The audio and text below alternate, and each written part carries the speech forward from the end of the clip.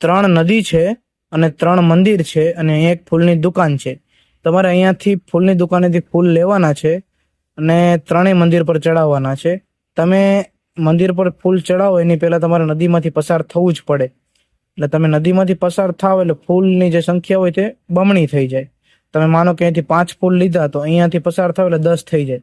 એટલે તમારે અહીંયા જે ફૂલ ચડાવો હોય તે ચડાવવાના, બાકી જે વધે એ આ નદીમાંથી પસાર થાય એટલે પાછા ડબલ થઈ જાય અને આ મંદિર ઉપર ચડાવવાના, અને પાછા જે ફૂલ વધે એ અહીંયાથી પસાર થાવ એટલે ડબલ થઈ જાય અને આ મંદિર ઉપર ચડાવવાના. તો તમારે ત્રણેય મંદિર ઉપર ફૂલ ચડાવવાના છે. અને અહીંયા જ્યારે તમે પહોંચો ત્યારે તમારી પાસે એક પણ ફૂલ વધવું ના જોઈએ અને એક પણ ફૂલ ઘટવું ના જોઈએ. ત્રણેય મંદિર ઉપર એક સમાન ફૂલ ચડાવવાના છે. તો તમે અહીંયાથી કેટલા ફૂલ લેશો? હવે માનો કે તમે અહીંયાથી 5 ફૂલ લીધા, બરાબર છે. 5 ફૂલ લઈને તમે આ નદીમાં પસાર થયા એટલે થઈ ગયા બમણા, એટલે 10 ફૂલ થઈ ગયા. પછી તમે અહીં ધારો કે 5 ફૂલ ચડાવ્યા એટલે તમારી પાસે 5 વધ્યા. પછી તમે પાછા નદીમાંથી પસાર થયા એટલે પાછા 10 થઈ ગયા.